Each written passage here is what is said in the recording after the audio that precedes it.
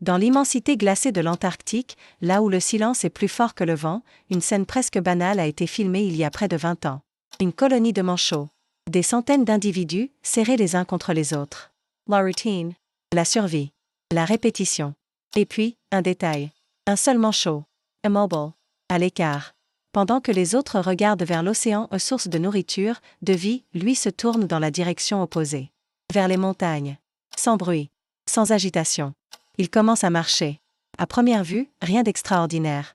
Les animaux se déplacent. Ils se trompent parfois. Ils suivent leur instinct. Mais ici, quelque chose dérange. Car les montagnes de l'Antarctique ne mènent nulle part. Pas de poissons. Pas d'abri. Seulement le froid, l'altitude et la mort lente. Alors pourquoi partir?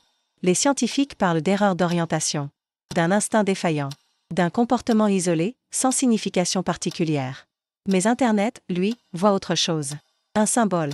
Lorsque la vidéo réapparaît en 2026, accompagnée d'une musique inquiétante et d'un texte sobre, elle devient virale en quelques jours. Des millions de vues. Des milliers de commentaires. Il a refusé de suivre. Il savait quelque chose que les autres ignoraient. C'est moi quand je quitte tout sans savoir pourquoi. Ce manchot ne court pas. Il ne semble pas paniquer. Il avance lentement, avec détermination. Comme s'il avait fait un choix. Et c'est peut-être cela qui nous trouble le plus. Parce que, chez les humains aussi, il arrive un moment où rester devient insupportable. Même si partir est dangereux. Même si l'issue est incertaine. La colonie représente la sécurité. La norme. Le groupe. Les montagnes représentent l'inconnu. Le doute. La solitude. Personne ne sait ce qu'il est arrivé à ce manchot. Il n'existe aucune suite à la vidéo. Aucune explication finale. Seulement cette marche. Silencieuse. Inexorable. Et peut-être que c'est pour ça qu'elle nous hante encore aujourd'hui.